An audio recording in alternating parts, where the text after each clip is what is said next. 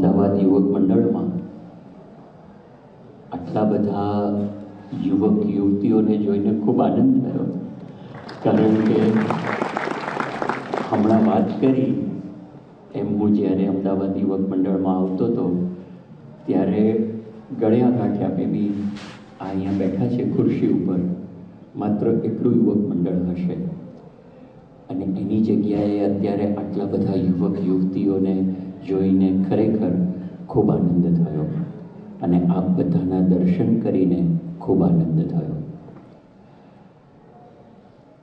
અત્યારે આપમાંથી ઘણા બધા ભણતા હશે, કોલેજમાં યુનિવર્સિટીમાં ભણતા હશે, કેટલાક લોકો જોબ કરતા હશે, કેટલાકે કદાચ ધંધો પણ શરૂ કર્યો હશે, નવું વેન્ચર શરૂ કર્યું હશે, પણ મોટા ભાગનાને મનમાં એવી ઈચ્છા હશે કે ધારો કે સ્ટડીઝ કરતા હોય, ભણતા હોય તો કે હું ટોપ લેવલનું ભણું, હું નંબર 1 લાવું, અથવા તો મારા ફિલ્ડમાં ખૂબ આગળ વધું. જોબ કરતા હશે તો કદાચ અત્યારે શરૂઆત જે પણ લેવલથી કરી હશે એનાથી વહેલામાં વહેલી તકે આગળનું level, manager, director, vice president, president, CEO, આમ બહુ એક્સપ્લિસિટલી કદાચ એવો મનમાં વિચાર નહીં હોય, પણ અંતરમાં ખૂણે ખાંચરે અથવા તો એવી રીતની ટૂંકમાં આપણને બધાને અપેક્ષા હોય છે કે હું મારી કરિયરમાં ખૂબ આગળ વધું.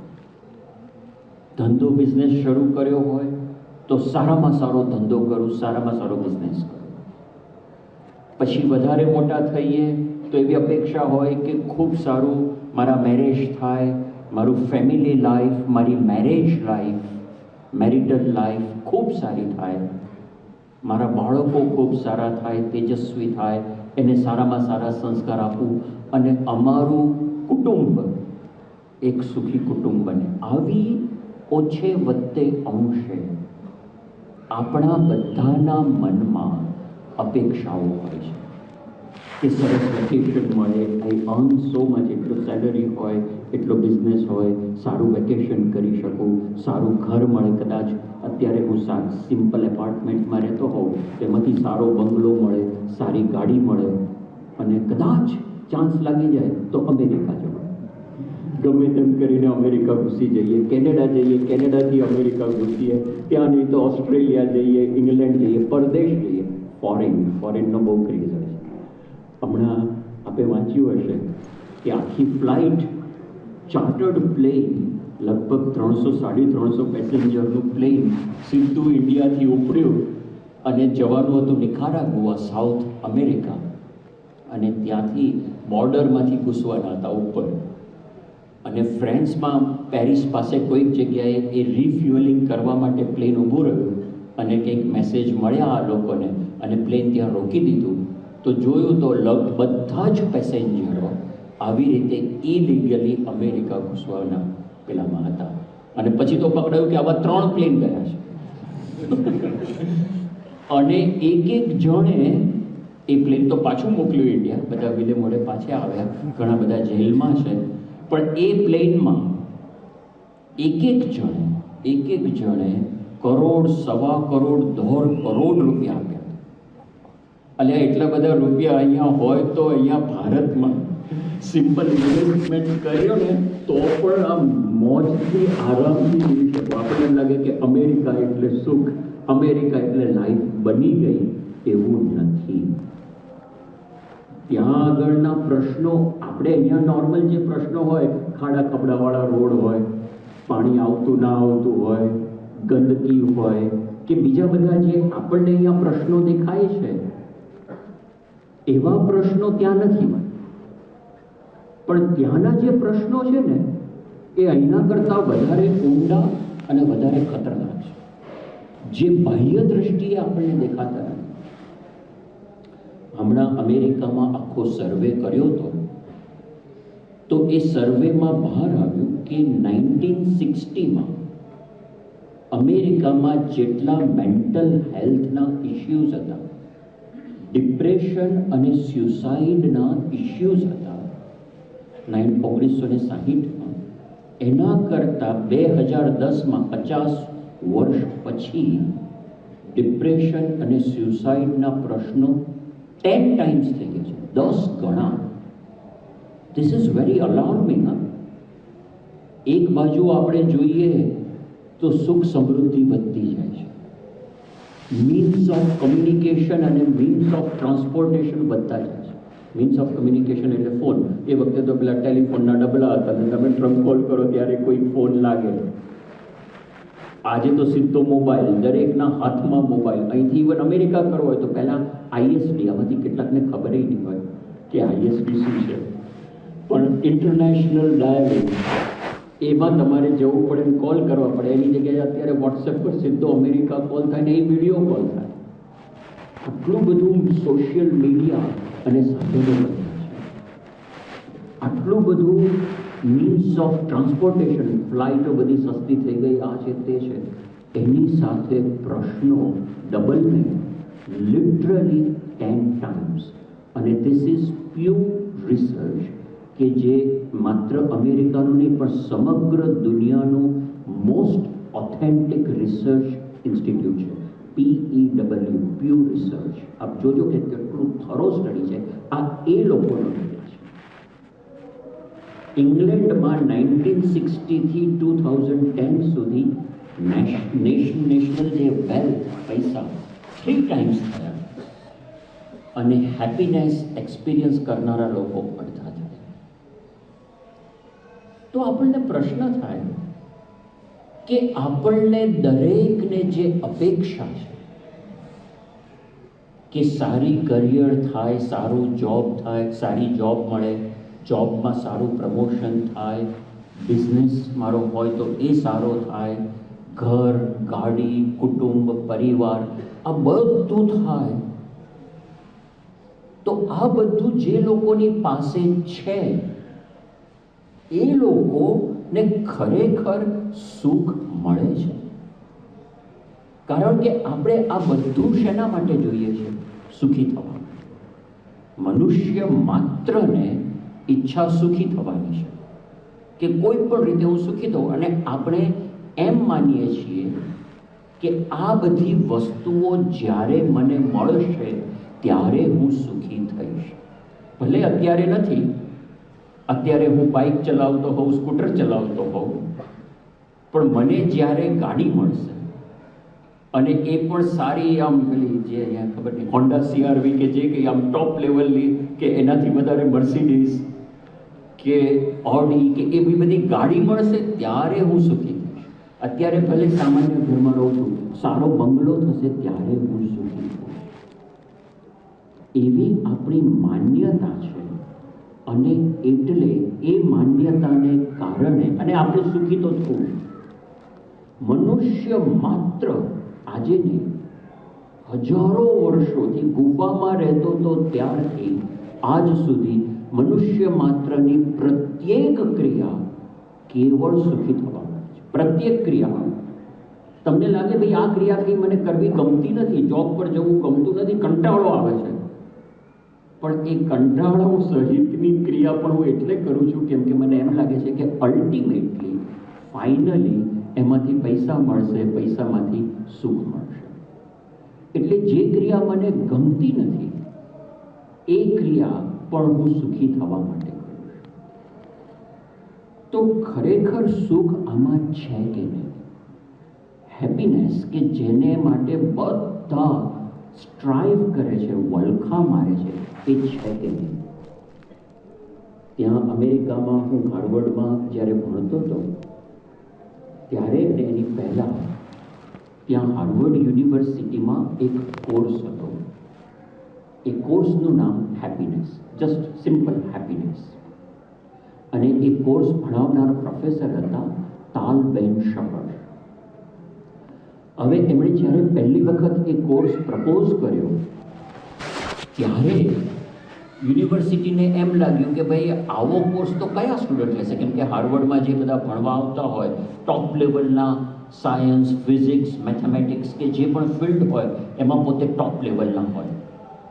અને ત્યાં હાર્વર્ડમાં અને અમેરિકામાં બધી જગ્યાએ સિસ્ટમ કેવી છે કે ફિક્સ્ડ કોર્સિસ ના હોય. તમે કોલેજમાં જાઓ યુનિવર્સિટીમાં તો કે ભાઈ આપણે તમારે પહેલા વર્ષે આ 7 કોર્સ લેવાના, બીજા વર્ષે આ 10 લેવાના, એવું ફિક્સ ના હોય.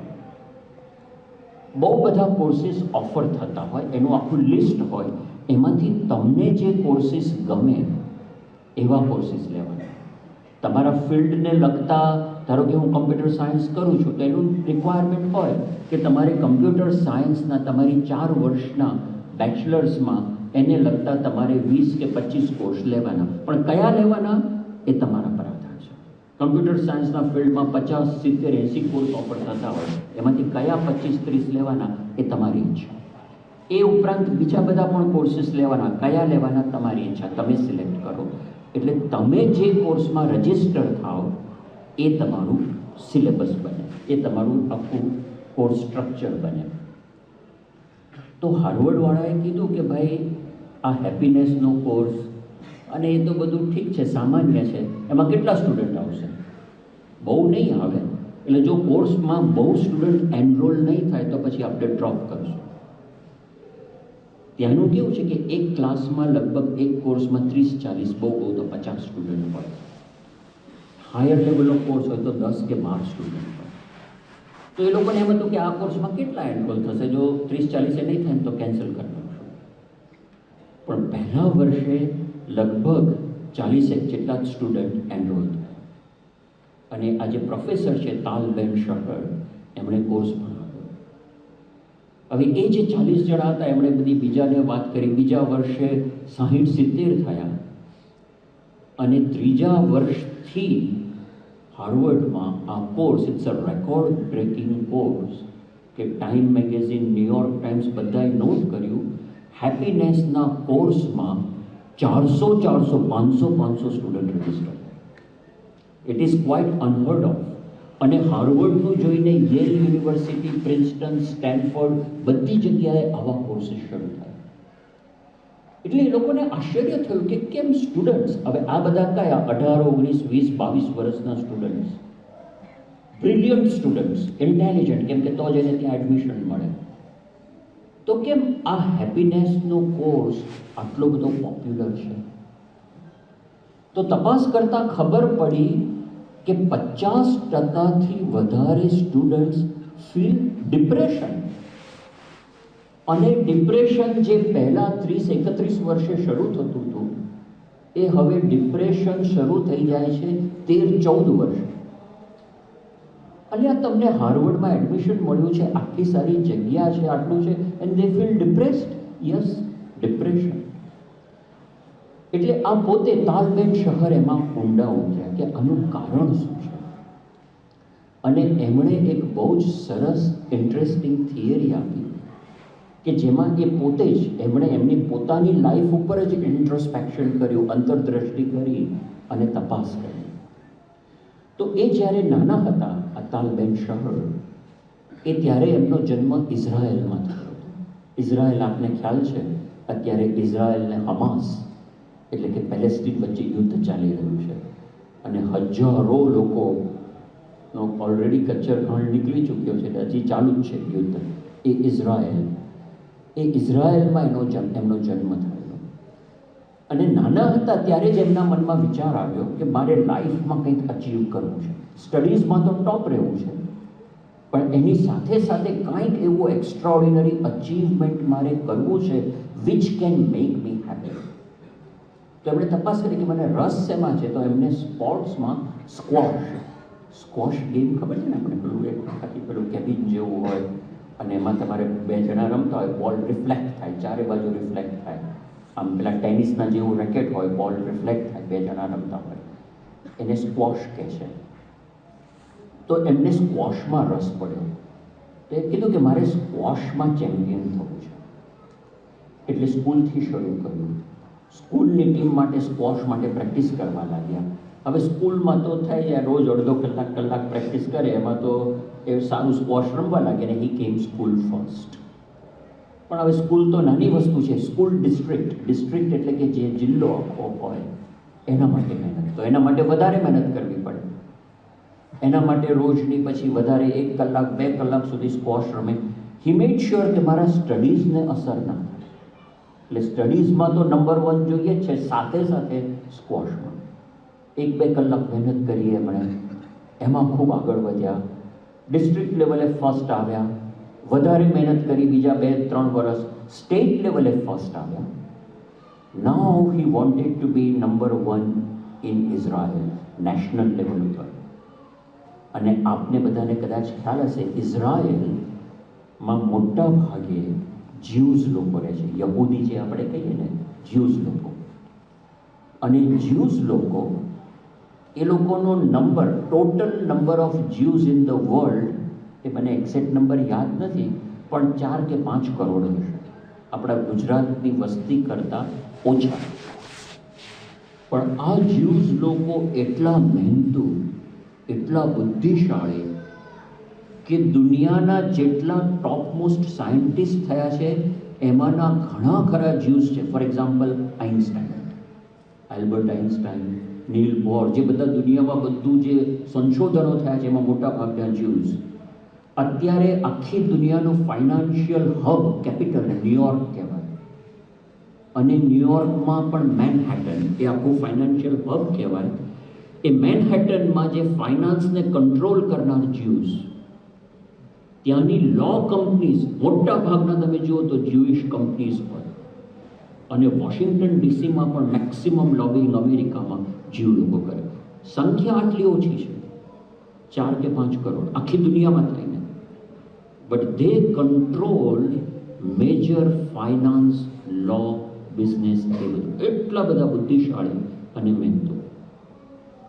તો એવા ઇઝરાયલમાં નેશનલ લેવલે નંબર 1 લાવવો એ બહુ અઘરું છે, કેમ કે બીજા બધા કોમ્પિટિટર્સ દરેક જણ એટલી મહેનત કરતા. તો તાલબેન શહર એમણે વિચાર કર્યો કે મારે નેશનલ લેવલ ઉપર ફર્સ્ટ આવવું છે, અને એના માટે એક્સ્ટ્રીમ મહેનત શરૂ કરી. એમણે દિવસના 5-5, 6-6 કલાક પ્રેક્ટિસ, 8-10 કિલોમીટર દોડવાનું, વેઇટ લિફ્ટિંગ કરે, જીમમાં જાય, ડાયટ ઉપર એકદમ કંટ્રોલ, સ્ક્વોશની પ્રેક્ટિસ કરે, અને એને લગતું જે પણ કોઈ એ બધી પ્રેક્ટિસ કરે. અને બહુ અઘરું છે. આપણે આ ક્રિકેટમાં બધા વિરાટ કોહલી ને સચિન તેંડુલકર ને બધા આપણને લાગે ઓહો, એ લોકોને જલસા જ જલસા, બધે ફરવાનું, 5 સ્ટાર હોટલમાં રહેવાનું, ક્રિકેટ રમવાનું, અને કેટલી બધી પબ્લિસિટી, કેટલું બધું મળે. પણ ધાગા નીકળી જાય. તમે એ લોકોની લાઈફ જુઓ ને તો એટલું બધું રિસ્ટ્રિક્શન હોય, એટલા બધા રિસ્ટ્રિક્શન કે આ કરવાનું, આ નહીં કરવાનું, આ ખાવાનું, આ નહીં ખાવાનું, આટલું જ કરવાનું, આટલી પ્રેક્ટિસ કરવાની. અને 1-2 દિવસ ગમે, રોજ તમારે 8-8, 10-10 કલાક શરીર તોડાવવાનું હોય તો ગમે નહીં આપણને. એટલે you need full dedication even to achieve to go to that level. તો એવી મહેનત આપણે શરૂ કરી, અને 5 વર્ષ સખત મહેનત કરી, અને ફાઇનલી હી બીકેમ નેશનલ ચેમ્પિયન. જે એનું ડ્રીમ હતું, જેના માટે આટલી બધી લોહી પાણી એક કર્યા હતા, હી બીકેમ નેશનલ ચેમ્પિયન. અને એ દિવસ જે હતો કે જ્યારે એમને પેલું ગળામાં મેડલ આપ્યો હોય, હાથમાં ટ્રોફી આપે, બધા મીડિયાવાળા સામે હોય, ટીવીવાળા, ન્યૂઝપેપરવાળા સામે હોય, તમારા ફ્રેન્ડ્સ, રિલેટિવ્સ, ઓળખીતા, અને ઇવન તમે ન જાણતા હોય, તમે યુ બીકમ અ સેલિબ્રિટી. તમે રસ્તે ચાલતા પણ બધા કે હાય, હલો, ઓટોગ્રાફ આપો, આ કરો, તે કરો. બધા તમારા ફ્રેન્ડ્સ, બધા તમારા વખાણ કરે, કોંગ્રેચ્યુલેશન્સ કહે. એ આખો દિવસ it was on the top, high ઉપર હતો દિવસ. And he thoroughly enjoyed that day. આપણે જેને સુખ કહીએ છીએ, હેપીનેસ કહીએ છીએ, હી એક્સપિરિયન્સ્ડ ધેટ. એનો એને અનુભવ થયો. અને એને આમ લાગ્યું એ વખતે કે આ જે મેં 5-7 વર્ષ સખત મહેનત કરી, એનું ફળ, સુખ એ મને મળ્યું. અને બહુ આનંદમાં હતો, આખો દિવસ આનંદમાં હતો. અને પછી એ રાત્રે સૂવા માટે ગયો, અને સૂવા માટે એને કીધું કે હું ફરી એકવાર let me go through the hall day. કે સવારે મેચ હતી, ફાઇનલ મેચ હતી, ફાઇનલ મેચમાં આમ થયું, હું આ રીતે જીત્યો, આ રીતે ટ્રોફી મળી, let me go through everything. કે હેપીનેસ હોય ને, લેટ મી સેવર ઇટ, એનો સ્વાદ લઉં હું. અને એણે સવારથી યાદ કરવાનું શરૂ કર્યું. અને એ કે હારું કે હું યાદ કરું, હું બધું જોઉં, પણ જે સવારે મને સુખ આવતું હતું, બપોરે સુખ આવતું હતું, એમાંનું કંઈ સુખ જ ના આવે. I can see my self કે મને ટ્રોફી મળે છે, મીડિયાવાળા ઇન્ટરવ્યૂ લે છે, જેનું મને બહુ ગમ્યું હતું એ વખતે, પણ અત્યારે હું યાદ કરું છું તો મને સુખ જ નથી આવતું. એટલે ફરી વખત કે હું યાદ કરું, તો કે જેટલી વખત હું યાદ કરવાનો પ્રયત્ન કરું ને, એટલી વખત સરપ્રાઇઝિંગલી એમાંથી હેપીનેસ, સુખ મળવાની જગ્યાએ instead of happiness I found emptiness. Emptiness એટલે ખાલીપો. તો આનું મને બહુ કે આ શું થયું છે મને, એટલે 3-4 વખત ટ્રાય કરો. જેટલો હું વધારે યાદ કરું ને, એટલું વધારે ખાલીપણનો અનુભવ. એટલે પછી કીધું કે જવા દો, આ તો કેવું છે, ઘણી વખત તમે બહુ પીક ઉપર જાઓ, ટોપ ઉપર જાઓ, પછી થોડોક વખત તમને ડિપ્રેશન જેવું લાગે, પણ હવે મને કાલથી પાછું સારું થઈ જશે. એટલે હું બીજે દિવસે સવારે ઉઠ્યો, નેશનલ ચેમ્પિયન થયાના બીજે દિવસે સવારે ઉઠ્યો, અને સવારે બ્રશ કરતી વખતે I was trying to remember that nothing.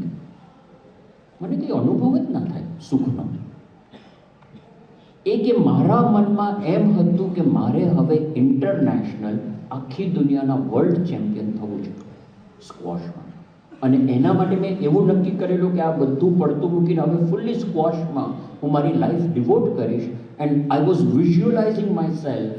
આપણી આ લોકોની વિઝ્યુઅલાઇઝેશન ટેકનિક હોય કે મનમાં તમે કલ્પના કરો કે તમે વર્લ્ડ ચેમ્પિયન થઈ ગયા છો, તમને ઓલિમ્પિકમાં મેડલ પહેરાવી રહ્યા છે, કે જે પણ કંઈ એવી કલ્પના, હું એ બધું મેં શરૂ કરેલું. એ બધામાં મને ખાલીપો લાગે. અને કે it was a very frightening experience. બિહામણો કે ડરામણો અનુભવ હતો. અને પછી કે મેં વિચાર કર્યો કે સાલું 5 વર્ષ હું આટલું બધું કૂટાયો આના માટે. મહંત સ્વામી મહારાજનો એક શબ્દ, પેટન્ટ શબ્દ જેવું છે, કૂટારો. એ કે કૂટારો કર્યા કરો તમે. તો એ કે મેં 5 વર્ષ આટલો કૂટારો કર્યો, આટલું બધી મહેનત કરી, આટલું બધું રિસ્ટ્રિક્શન ને આટલું બધું ડિસિપ્લિન કર્યું, અને જે મારું સુખ એ એક જ દિવસનું સુખ. It is not worth it. આટલી બધી મહેનત કરીને એક જ દિવસનું સુખ મળે તો it is not worth it. અને કે હજી હું વિચાર કરું છું કે બીજા 5-7 વર્ષ ઇન્ટરનેશનલ વર્લ્ડ ચેમ્પિયન બનવું, તો એ 5-7 વર્ષ માથાકૂટ કર્યા પછી, લોહી પાણી એક કર્યા પછી, કુટારા કર્યા પછી, પાછું 1-2 દિવસ કે બહુ તો 1-2 અઠવાડિયા સુખ, એના માટે આટલી મહેનત મારે કરવાની. આ આખી વાત એણે હેપીયર નામનું પુસ્તક લખ્યું છે, તાલબેન શાહર.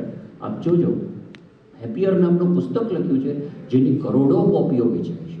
એમાં આ આખા પ્રસંગનું વર્ણન કરે છે. અને પછી કે હું પાછો વળી ગયો કે આટલું બધું હું કરું છું, ઇઝ ઇટ વર્થ ઇટ? અને પછી એ હાર્વર્ડમાં આવ્યા. એમણે સાયકોલોજીના કોર્સિસને એ બધું ભણવાનું શરૂ કર્યું. અને એમણે બહુ સરસ એક થિયરી આપી હેપીનેસની. આ બહુ સમજવા જેવી થિયરી છે. ખરેખર આપણને આખો આપણો જીવનનો દ્રષ્ટિકોણ બદલાઈ જાય એવી થિયરી છે. કદાચ હું I will try my best કે આ સરળતાથી હું સમજાવી શકું, પણ થોડુંક સમજવાનો પ્રયત્ન કરજો. એણે શું કીધું કે આપણે જેને હેપીનેસ માનીએ છીએ, આપણે જેને સુખ માનીએ છીએ, જે પણ વસ્તુમાં, પદાર્થમાં કે આ પોઝિશનમાં, ડેઝિગ્નેશનમાં, ઘર, ગાડી, બંગલો, એ સુખ નથી, હેપીનેસ નથી. It is a relief, pain relief. પેઇનમાંથી રાહત મળે, દુઃખમાંથી રાહત મળે, એ રિલીફ છે. તો કે રિલીફ કેવી રીતે?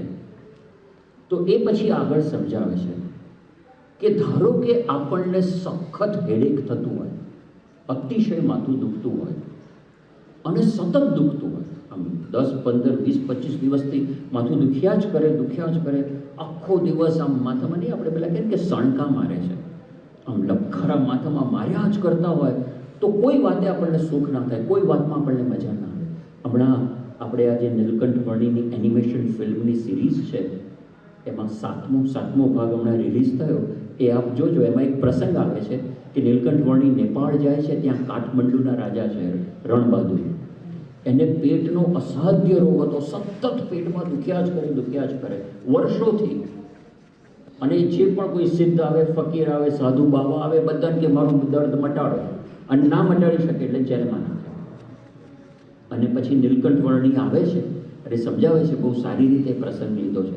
પણ એવી રીતે અતિશય પેટમાં દુખતું હોય, કોઈ ઉપાયથી પ્રશ્ન સોલ્વ ના થતો હોય, કે અતિશય હેડેક હોય, અઠવાડિયાઓ મહિનાઓથી હેડેક હોય, કોઈ ઉપાય પ્રશ્ન સોલ્વ ન થતો હોય, એવું જ્યારે પેન આપણને એ પેનમાં હોય અને કોઈક આપણને આવે અને કહે તું આ દવા લઈ લે, અક્ષીર દવા છે, અમારે અહીંયા ભાવનગરના વૈદ છે, વૈદે આપેલી છે, આ હોમિયોપેથીની દવા છે, કે કોઈ મેડિસિન એલોપેથી કામ ના કરતી હોય એટલે કોક આપણને કે આપણે રીતસર હવાથી અમારે ભાઈ કોઈ મારો માથાનો કે પેટનો દુખાડો મટાડે, અને કોઈ આપણને દવા આપે અને એ દવા આપણે પીએ કે લઈએ અને કલાકમાં એકદમ સંપૂર્ણપણે હેડેક જતો રહે, પેટનું દર્દ જતું રહે. જેમ નીલકંઠ વર્ણીએ રણબહાદુર જે કાઠમંડુના રાજાને પાણી આપ્યું અને અમૃતસર પાણી પીતા જ પેટનો દુખાવો ગયો,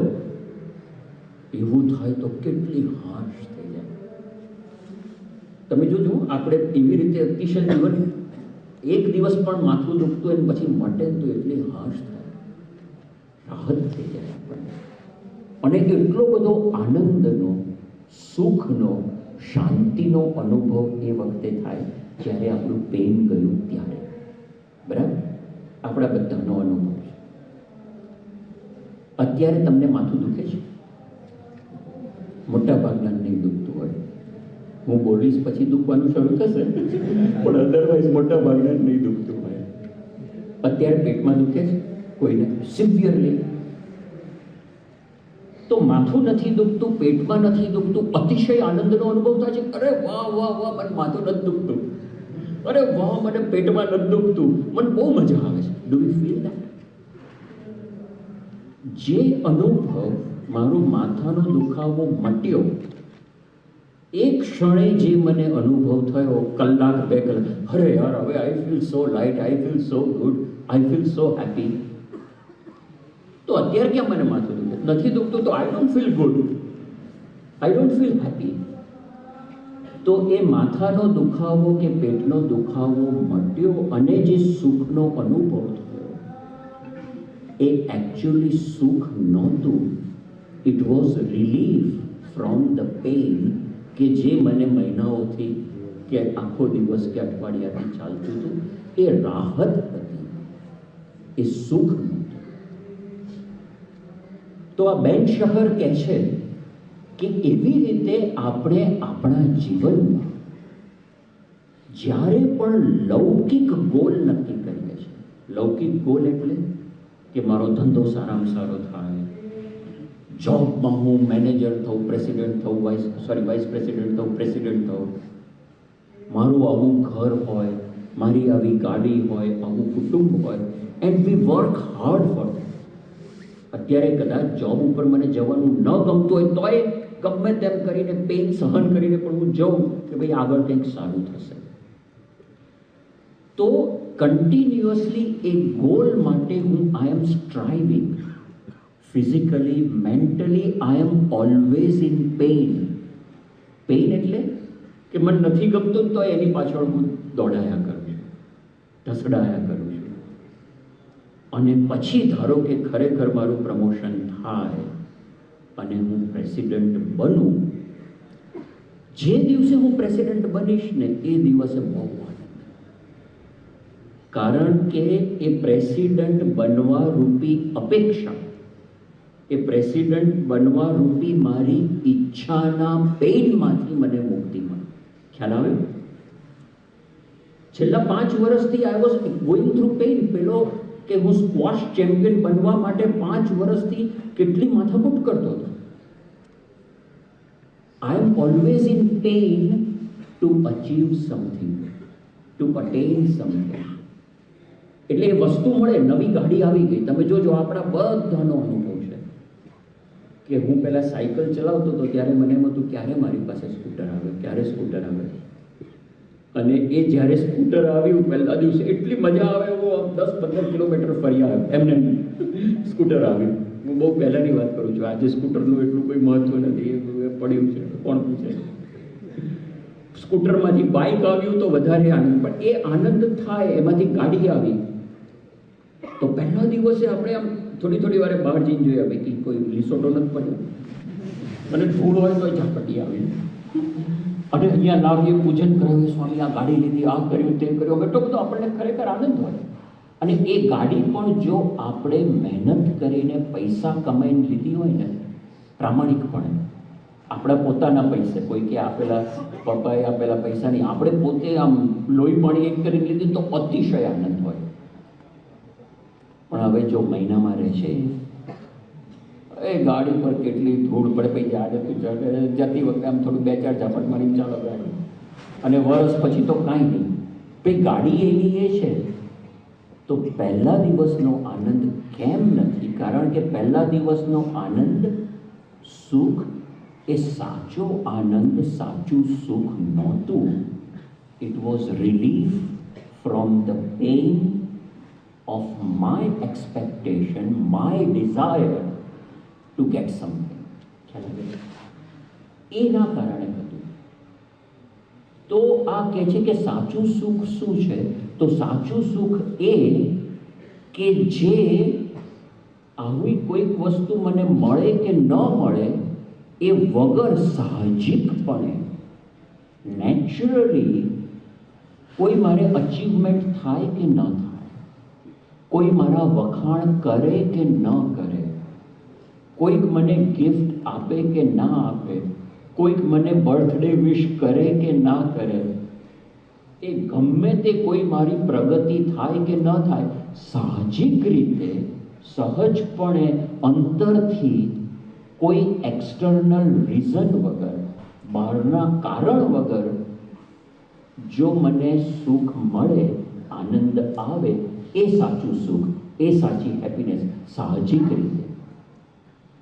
હવે એ તો આપણે રાત દિવસ કરીએ છીએ. આપણા ભગવાનનું નામ જ સહજ આનંદ છે. સહજ આનંદ બહુ સરસ નામ છે. શ્રીજી મહારાજનું આ જે નામ છે ને, સહજ આનંદ. કંઈક મળે અને સુખી થઈએ એ નહીં ટકે. કોઈક વસ્તુ પર આધાર છે અને સુખી થઈએ એ નહીં ટકે. સાહજિક રીતે, નેચરલી આપણને આનંદ આવે ને, એ જ સાચું સુખ. હવે જુઓ, અત્યારના કોઈ પણ જેમાંથી આપણને સુખ આવે છે, સોશિયલ મીડિયા. એક બીજા નીલ પેશ્રીચા કરીને, એવા બહુ મોટા, ત્યાંના જ હાર્વર્ડમાંથી ભણેલા અને અત્યારે ત્યાં ટોરોન્ટોમાં છે, બહુ મોટા ઓથર છે, નીલ પેશ્રીચા કરીને. એમણે પુસ્તક લખ્યું છે હેપીનેસ ઇક્વેશન. કે હેપીનેસ એટલે શું? તો happiness is equal to want nothing plus do anything. ખ્યાલ આવે? હેપીનેસ ઇઝ ઇક્વલ ટુ, એમના પુસ્તકનું ટાઇટલ જ આ છે, happiness is equal to want nothing plus do anything.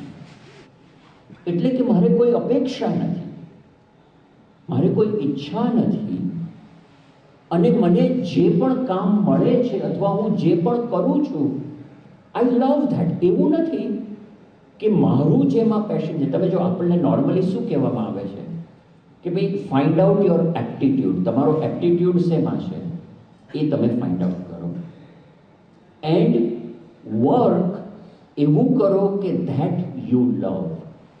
એવું કામ કરો કે જે કામ તમને કરવું ગમે, ધેટ યુ લવ ટુ.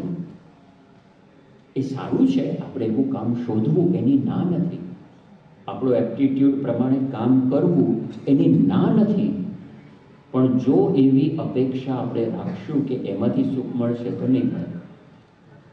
એટલે આ નીલ પેશ્રીચા એ કહે છે કે it is not work that you love, sorry, it is not કે જે પણ તમને પ્રેમ, જે કામ કરવું ગમે છે એ કામ કરો. It is love that you work. તમે જેના પર કામ કરો છો ને એને પ્રેમ કરો. Do anything.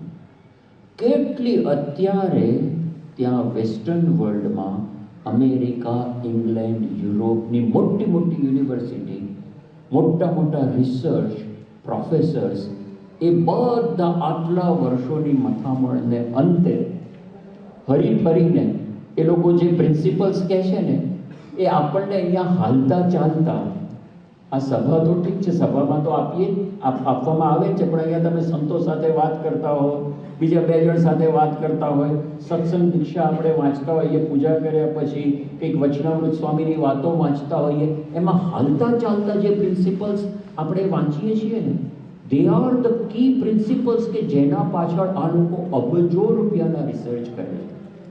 અને દે આર વેરી અપીલિંગ. મેં જેમ પહેલાં વાત કરી, હાર્વર્ડમાં આ બેન શહર કે જે થિયરી ભણાવે છે કે સુખ આમાં છે, 400 500 વિદ્યાર્થીઓનો આખો ક્લાસ હોય છે.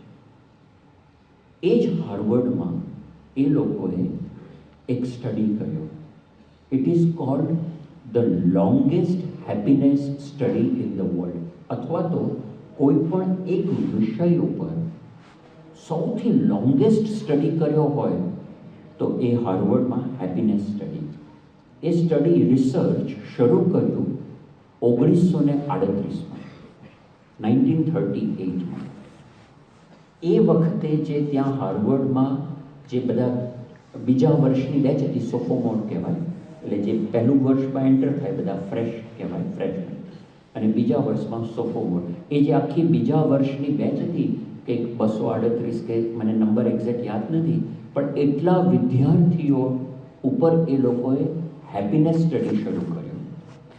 એ બધા જ વિદ્યાર્થીઓને એ લોકોએ લાંબી ક્વેશ્ચનર આપી અને ઇન્ટરવ્યૂ એ લોકોના લીધા કે એ લોકોની લાઈફમાં શું છે, એમના અચીવમેન્ટ શું છે, એમના ઘરમાં શું છે, કુટુંબમાં શું છે, એમની મહત્વાકાંક્ષાઓ શું છે, એ બધું શરૂ કર્યું.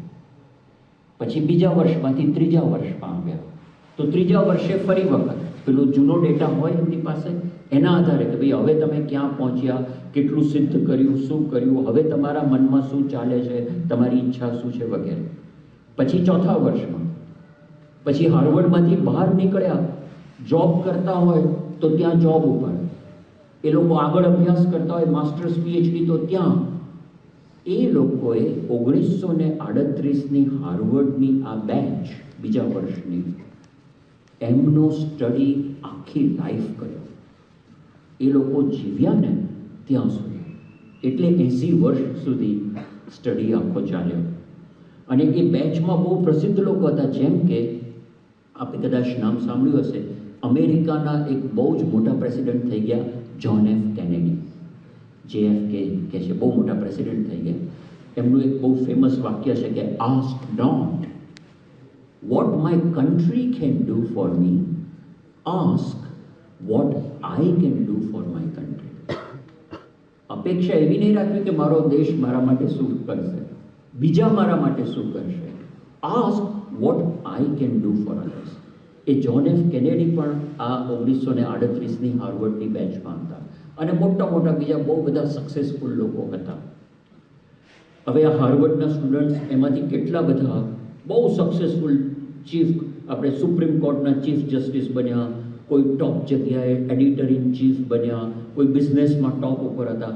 એ દરેકની લાઈફ, પછી એમના લગ્ન થાય તો એમના પત્ની કે એમના પતિ, પછી બાળકો થાય તો એમના બાળકોનો લાઈફ, દરેક વર્ષે આ લોકો પહોંચી જાય, એમના ઇન્ટરવ્યૂ લે, એમના ક્વેશ્ચનર ભરાવડાવે અને આખો સ્ટડી કરે.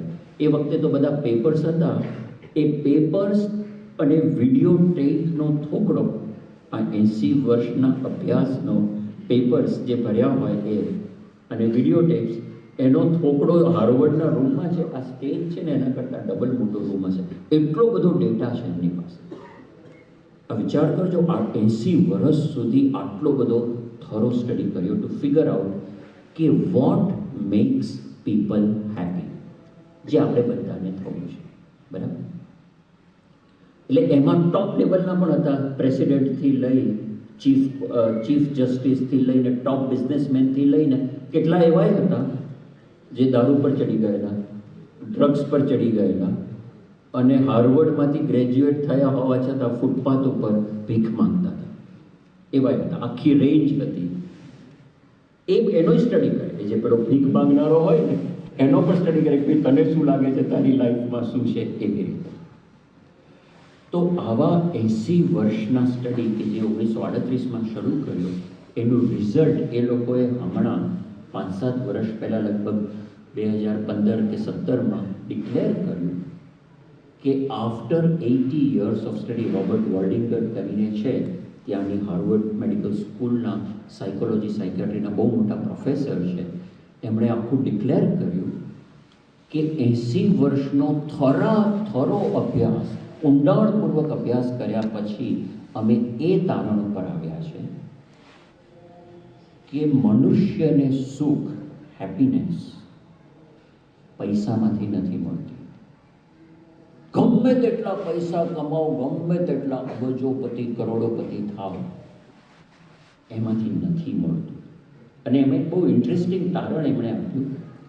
અમેરિકાના પેલા પ્રમાણે કે ભાઈ પૈસાની જરૂર નથી એમ નથી કહેતા, જરૂર છે, પણ અમેરિકાની રીત પ્રમાણે અમેરિકામાં તમે રહેતા હોય તો $60,000-70,000 સુધી વર્ષનો, $60,000-70,000 સેલરી હોય તો ત્યાં સુધી તમારે જીવન જરૂરિયાતો પૂરી થાય એટલે સુખ તમને વધતું જાય. આપણે અહીંયા એ પ્રમાણે જોઈએ તો આપણે જે મિડલ ક્લાસ કહીએ, મધ્યમ વર્ગ, કે જેને મહિને ધારો કે 25-30 હજારનો પગાર હોય કે 40-50 હજારનો પગાર હોય, એવા મધ્યમ વર્ગના લોકો એટલે સુધી તમને મળે તો તમને પૈસા સુખ આપે, કારણ કે ત્યાં સુધી તો જરૂરિયાતની વસ્તુ પૂરી થાય. $60,000-70,000 પછી તમે $1,00,000 કમાઓ, 5 લાખ, 10 લાખ, 15 લાખ, કે બિલ ગેટ્સની જેમ $100 બિલિયન, કે પેલો જે Steve jobs 100 Apple company $1 trillion,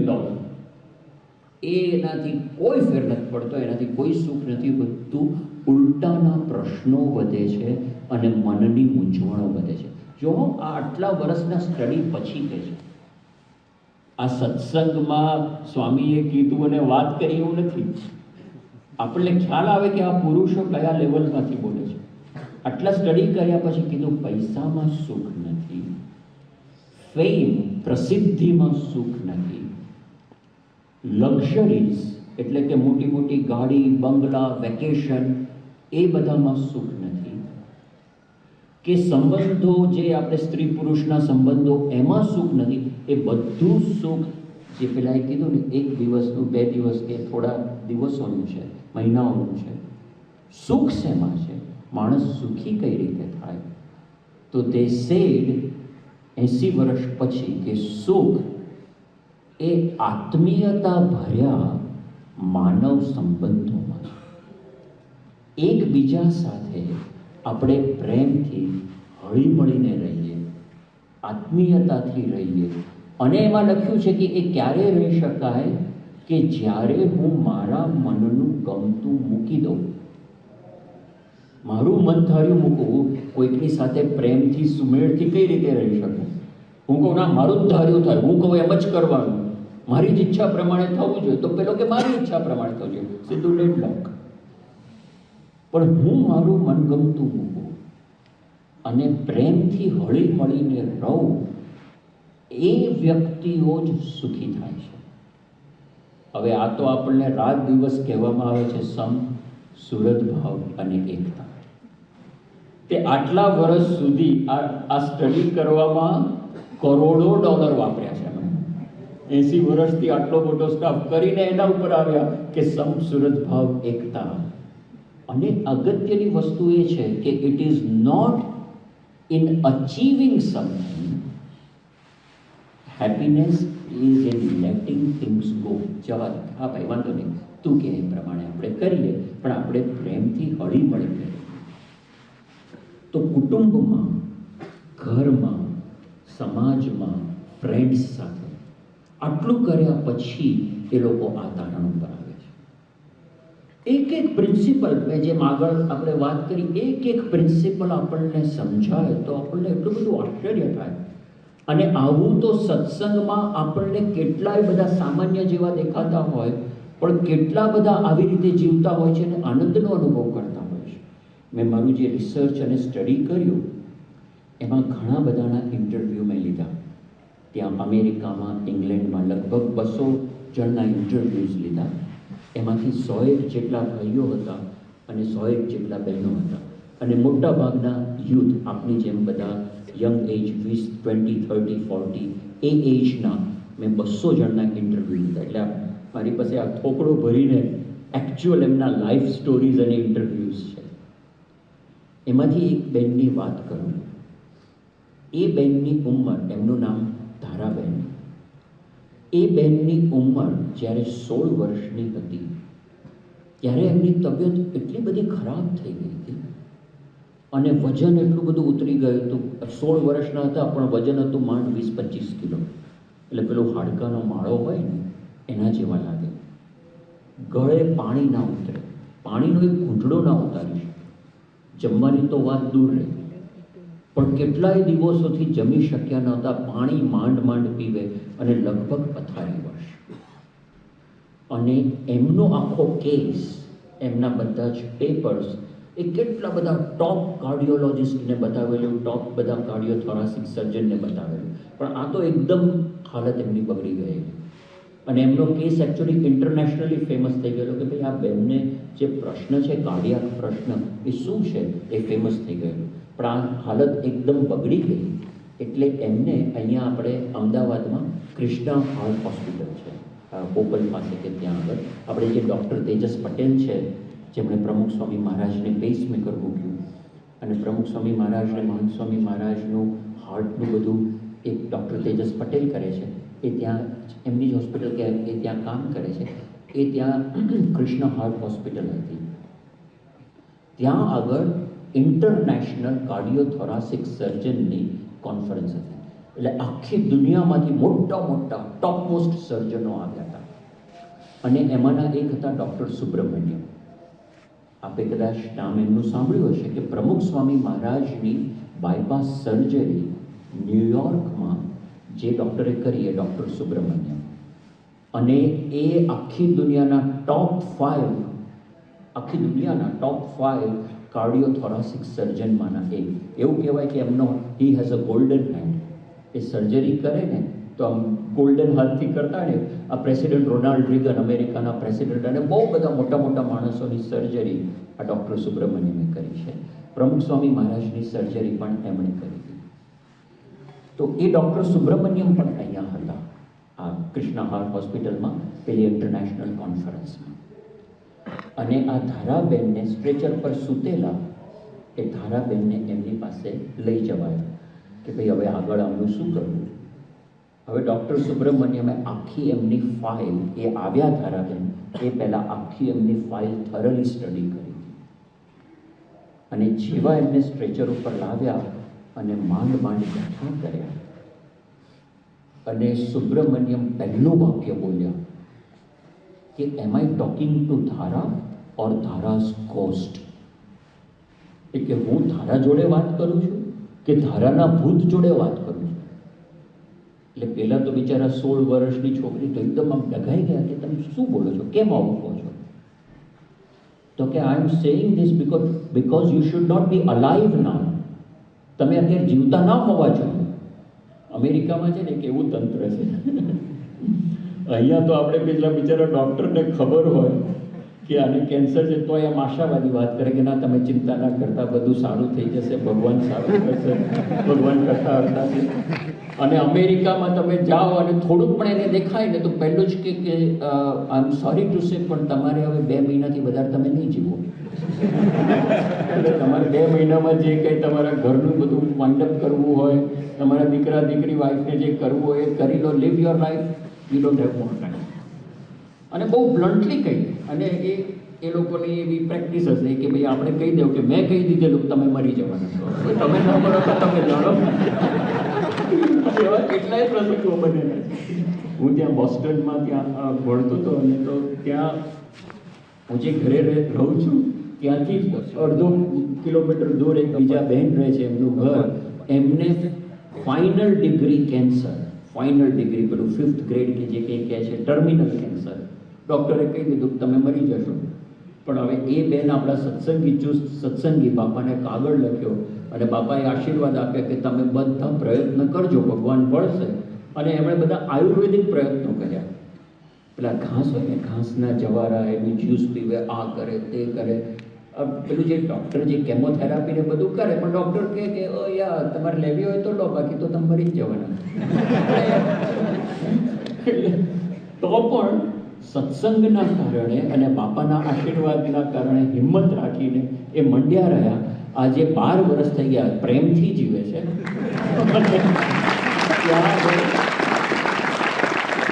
વોલમાર્ટમાં job કરે તો 8 કલાક ઊભા જોબ કરે છે. એટલી તો સારી જોબ કરી શકે છે. હું એમના ઘરે બહુ એકદમ સારા છે, બહુ કેટલી વાર જમી આવેલો છું. પણ આવું છે ત્યાંની રીતે કે ભાઈ યુલ ટાઈમ. પણ આ ધારાબેનના કેસમાં તો ખરેખર એવું હતું. કારણ કે નાનપણથી જ એમનો જન્મ થયો ત્યારથી જ એમને બહુ બધા પ્રશ્નો હતા. અને અહીંયા અમદાવાદમાં બહુ બધું બતાવ્યું, કોઈ સોલ્વ ના કરી શક્યું. એટલે મુંબઈ લઈ ગયા અને મુંબઈની પેલી જસલોક કે જે બધી પ્રસિદ્ધ હોસ્પિટલો છે ત્યાં એમને લઈ ગયા. એ નાના હતા, 2-3 વર્ષના ત્યારે. અને ત્યાં આગળ બધા હાર્ટના ને બીજા બધા આખા બોડી પેલું બ્લ્યુપ થઈ જાય ને એ બધા પ્રશ્નો હતા. એટલે એ લોકોએ ઇસીજી કર્યું. ઇસીજી ખ્યાલ છે ને આપણો પેલો કાર્ડિયોગ્રામ. તો ઇસીજી કરવા માટેના બધા લોસ. તો ઇસીજી જ ના આવે, તમારે પેલો ગ્રાફ કે ચાર્ટ તો આવો તો જોઈએ ને. તો ઇસીજી આવે જ ને. એટલે એ લોકો આશ્ચર્ય પામે કે આ શું છે. એટલે પછી વધારે સીટી સ્કેન કર્યું, MRI કર્યું. તો હાર્ટમાં જે કંઈ બધું ફંક્શન દેખાવવું જોઈએ કે અંદર જે કંઈ એના પેલા ગ્રાફમાં ચાર્ટમાં આવવું જોઈએ, કશું આવે જ નહીં. એટલે તાત્કાલિક એમણે આ કેસ ઇન્ટરનેશનલ કાર્ડિયોલોજિકલ અને કાર્ડિયોથોરાસિક સર્જનની જે બધી આખી ફોરમ હોય એમાં પબ્લિશ કર્યો કે ભાઈ દુનિયામાં કોઈને પણ ખબર છે, કોઈએ આવો કેસ જોયો છે કે ઇસીજી ના આવે, હાર્ટના પ્રશ્નો અને કશું આવે નહીં. અને બધેથી આવ્યું તો કોઈની પાસે જવાબ નહોતો. અને વધારે ઊંડાણથી તપાસ કરતાં ખબર પડી કે આપણું હાર્ટ હોય તો આપને કદાચ ખ્યાલ હશે, હાર્ટમાં 4 ચેમ્બર હોય, બરાબર? ઉપર 2 અને નીચે 2. અને 2 બાજુ લંગ્સ હોય, એટલે કે ફેફસા હોય. એટલે આખી આપણી સિસ્ટમ કેવી છે, આપણે જ્યારે શ્વાસ લઈએ તો ઓક્સિજન એ ફેફસામાં જાય. અને હાર્ટમાં જે ઇમ્પ્યોર બ્લડ હોય, એટલે કે અશુદ્ધ લોહી હોય, આખા હાર્ટમાં પંપ થઈ અને બધી જગ્યાએ સપ્લાય કરી. અને જે લોહી અશુદ્ધ થાય, આખી ઓક્સિજન સપ્લાય કરે, પણ એટલે ઓક્સિજન નીકળી જાય. અને એ અશુદ્ધ લોહી હોય, એ અશુદ્ધ લોહી વેઇન કે આર્ટરી કે જે આપણે કહીએ નળી, એના દ્વારા ફેફસામાં જે ઓક્સિજન હોય એના દ્વારા શુદ્ધ કરે. એ લોહી પાછું, અશુદ્ધ લોહી પાછું આવે, વળી પાછું ફેફસામાં જાય, શુદ્ધ થાય. આ આખી આપણી સિસ્ટમ છે. તો હાર્ટ અને ફેફસા વચ્ચે જે નળીઓ કહેવાય, કનેક્શન કહેવાય, એ આ ધારાબેનને છે જ નહીં. એની જગ્યાએ, નળીઓની જગ્યાએ ઇટ ઇઝ લમ્પ. લમ્પ એટલે માઉસનો લોચો હોય ને, એટલે એમના લંગ્સ, હાર્ટ બધું કનેક્ટેડ લાગે. આમ એક કંઈક આમ કઠ્ઠો મૂકી દીધો હોય કે આમાં હાર્ટ ક્યાં ને લંગ્સ ક્યાં ને વચ્ચેનો માઉસનો લોચો કે બધું આમ એક રસ લાગે. બીજો પ્રશ્ન શું છે એમને કે હાર્ટમાં જે 2 ચેમ્બર્સ હોય એની વચ્ચે કદાચ તમે સાંભળ્યું હશે કે ભાઈ એને હૃદયમાં કાણું છે. એટલે જે 2 ચેમ્બર્સની વચ્ચે જે પડદો હોય, હવે એ પડદામાં નાનકડું 1-2 મિલીમીટરનું પણ કાણું હોય ને તો શું થાય કે શુદ્ધ લોહી અને અશુદ્ધ લોહી એ બંને એક થઈ જાય. પેલું શુદ્ધ લોહી થઈને આવ્યું પણ વચ્ચે કાણું હોય એટલે અશુદ્ધ લોહી એમાં ઘૂસે અને એ શુદ્ધ અશુદ્ધ મિક્સ લોહી આખા બોડીમાં જાય. એટલે પ્રોપર જે થવું જોઈએ બોડીને નરિશમેન્ટ એ મળે નહીં. એટલે થાક લાગે બહુ, ઓક્સિજન લેવલ ઓછું થઈ જાય. હમણાં કોરોના થયો તો એમાં આપને ખ્યાલ હશે કે ઓક્સિજન લેવલ માપે, SpO2 કહે એને. અહીંયા આંગળી ઉપર છે ને પેલું એક મશીન જેવું મૂકે એટલે તરત ઓક્સિજન લેવલ આવે કે ભાઈ કેટલું છે, 98%, 99%, 95% એવી રીતે આવે. તો 95%થી ઓછું લેવલ હોય ઓક્સિજનનું આપણા શરીરમાં તો એ પ્રોબ્લેમ કહેવાય. એટલે કોરોનામાં કે કદાચ આને કોરોના પોઝિટિવ હોઈ શકે. અને જો એ 90થી ઓછો હોય તો હોસ્પિટલાઇઝ કરે. 85 કે 80થી ઓછો હોય તો પેલું ઓક્સિજન ચડાવવાનું શરૂ કરવું પડે. મને આ બધા નંબર એક્ઝેક્ટ યાદ નથી, આગળ પાછળ હશે, પણ ટૂંકમાં અમુક એનાથી ઓક્સિજનનું લેવલ ઓછું હોય તો પ્રશ્ન થવા લાગે. તો આ બેનને તો પેલા બે ચેમ્બરમાં કાણું નહીં, એ બેની વચ્ચે પડદો જ નથી, એટલે શુદ્ધ અશુદ્ધ લોહી ભેગું જ ફરે કાયમ. અને કેવી રીતે ફેફસામાં જાય છે, કઈ રીતે લોહી પાછું આવે છે, કઈ રીતે આ હાર્ટ ચાલે છે, એ આજની તારીખ સુધી કોઈ ડૉક્ટરોને દુનિયામાં ખબર નથી. અને મોટી મોટી હોસ્પિટલ અમેરિકાની, જર્મનીની, જાપાનની, એ લોકોએ એ બેનને કીધું કે અમે તમને અમારે ત્યાં હોસ્પિટલમાં આવો, અમે તમને બધો ખર્ચો આપીએ, અમારા ખર્ચે રહો, we want to figure out, because આ ઇન્વેસ્ટિગેશન રિસર્ચનો કેસ છે, we want to figure out કે તમારા હાર્ટમાં શું છે. આ પ્રશ્નો એમને હતા. તો ડૉક્ટર સુબ્રમણ્યમે જોયું કે આવી કોઈની કન્ડિશન હોય તો એ 1-2 વર્ષથી વધારે જીવી જ ના શકે. તો એમને આશ્ચર્ય એ થયું કે તને 16 વર્ષ થયા કેવી રીતે? તું તો 2-3-4 વર્ષમાં ધામમાં જવી જોઈતી હતી, તો તને 16 વર્ષ થયા કેવી રીતે? અને હવે કે તારી જે કન્ડિશન થઈ છે, જે ઓક્સિજનનું લેવલ, આ બેનનું ઓક્સિજનનું લેવલ 70-75 રેગ્યુલર, આપણે જેમ હાલતા ચાલતા એટલું જ નહીં. એ કોઈ દિવસ ત્યાં હોસ્પિટલમાં ના જાય, કેમ કે હોસ્પિટલમાં જાય ને એમને પેલું લગાડે ને તરત જ એલાર્મ શરૂ થઈ જાય, બ્લુ કોડ. આપણે અહીંયા લખ્યું છે યોગી મહારાજ હોસ્પિટલમાં બ્લુ કોડ. બ્લુ કોડ એટલે કે કોકને કાર્ડિયાક એરેસ્ટ, હાર્ટ એટેક આવ્યો હોય અને એલાર્મ શરૂ થઈ જાય, એમ એલાર્મ શરૂ થઈ જાય કે બેન તમને હાર્ટ એટેક આવે છે, ચાલો તાત્કાલિક આઈસીયુમાં. એટલે બેન કે મને ચાલુ જ છે, 24 કલાક હાર્ટ એટેક છે. એવી એમની કન્ડિશન. તો એવી કન્ડિશનમાં ત્યાં ડૉક્ટર સુબ્રમણ્યમ પાસે ગયા અને પછી એમણે કીધું, એમના મા બાપ પણ સાથે હતા, કે હવે ખબર નહીં કેમ આ 16 વર્ષ સુધી જીવી ગયા, એ જે હોય ને, પણ હવે શક્ય નથી, કેમ કે હવે તો ખાઈ શકતા નથી, ગળે એક ઘૂંટડો પાણીનો ઉતારી શકતા નથી, એટલે હવે અને બધા જ સર્જનો, ટોપ સર્જનો ભેગા થયા, દુનિયાના ટોપ સર્જનો કોન્ફરન્સ માટે આવેલા, બધા ભેગા થયા. તો 2 ઓપ્શન હતા કે એનું હાર્ટ હવે ઓપન કરવું, કંઈક સર્જરી કરવી. પણ એ લોકોએ કન્ડિશન કરીને જોઈ નક્કી કર્યું કે આમાં કોઈ સર્જરી થઈ શકે એમ નથી, આમાં શું છે અમને કંઈ ખબર નથી. તો એ સર્જરી થાય, અતિશય દુઃખી થાય, પેઇનફુલ થઈ અને ધામમાં તો જવાની જ છે 15-20 દિવસ મહિનામાં, એના કરતાં લેટ હર પાસ પીસફુલી, એના કરતાં એ શાંતિથી ધામમાં જાય. એટલે આપણે કોઈએ સર્જરી કરવી નથી. આ દુનિયાના ટોપ મોસ્ટ કાર્ડિયોથોરાસિક સર્જનો ઇન્ક્લુડિંગ ડૉક્ટર સુબ્રમણ્યમ એમણે નક્કી કર્યું અને કીધું કે ભાઈ તમારા સગાવાલા બધાને બોલાવી લો અને આ બધું જે હોય એ છેલ્લી રીતે મળી લે. એટલે પછી ઘરે આવ્યા. આમ તો એમને ઇટ વોઝ અ શોક, પણ આમ લગભગ ખબર હતી કે આ ગમે ત્યારે ધામમાં જશે જ. એટલે એમણે બધા સગાવાલાને બોલાવ્યા, પેલું કર્યું, એમના સગા મામાને બધા આવ્યા અને કે ભાઈ તું હવે ધામમાં જવાની, તો તારું મામેરું કરીએ અને વિધિ કરીએ અને જે પણ કંઈ આમ એ બધું ઓબ્લિગેશન, એ બધું 15-20 દિવસ ચાલતું હતું.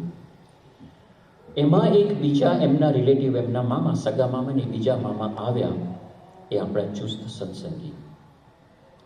તો અને આ કુટુંબ, ધારાબેનને એમનું કુટુંબ, એ લોકો સત્સંગી નહોતા. એટલે એમણે કીધું કે ભાઈ આપણે છે ને હવે આ બધા ડૉક્ટરો ના પાડે છે, હાથ ધોઈ નાખ્યા છે, તો આપણે પ્રમુખ સ્વામી મહારાજ પાસે લઈ જઈએ. તો પેલા કે ભાઈ એવું કોઈ અમારી ઈચ્છા નથી અને આમાં કંઈ થવાનું નથી, કેમ કે લિટરલી ફિઝિકલ કન્ડિશન જ આવી છે અને આ તો 16 વર્ષથી ચાલ્યું આવે છે. વી આર પ્રિપેર્ડ કે આ ધામમાં જ જવાની છે, એટલે અમારે જવું નથી. અરે કે ભલે ધામમાં જાય તોય બાપાના એકવાર આશીર્વાદ લેવા માટે તો આવો, એને બાપાના પ્રમુખ સ્વામીના એકવાર દર્શન તો કરાવો, તો એ ધામમાં જશે તો એ સુખે ધામમાં જશે અને બાપાની ઈચ્છા હશે તો કંઈક સારું થશે એમ. તો બહુ આગ્રહ કર્યો ને, એટલે કે સારું ચાલો આવીએ. એ વખતે પ્રમુખ સ્વામી મહારાજ વિદ્યાનગર હતા, વલ્લભ વિદ્યાનગર. તો આ લોકોએ કીધું કે આપણે વહેલા જઈએ અને પ્રમુખ સ્વામી મહારાજની પૂજાના દર્શન થાય એવી રીતે પહોંચી જઈએ, તો બાપાના આપણને બેસાડી દઈશું અને દર્શન થશે. તો એમને અહીંયાથી લીધા, લિટરલી જોડું, એટલે ચાદર હોય ને એ ચાદર 4 જગ્યાએથી 4 જણે પકડીને એમાં જેમ પોટલું નાખીએ આપણે એમ એવી રીતે એ બેનને અંદર સુવડાવી ચાદરમાં લઈ ગાડીમાં મૂક્યા અને વિદ્યાનગર આવ્યા. પણ અનફોર્ચ્યુનેટલી એવું થયું કે વિદ્યાનગર આવતા એમને મોડું થઈ ગયું અને બાપાની પૂજા તો ત્યાં સુધી પતી ગઈ હતી અને સ્વામી અંદર જતા રહ્યા હતા.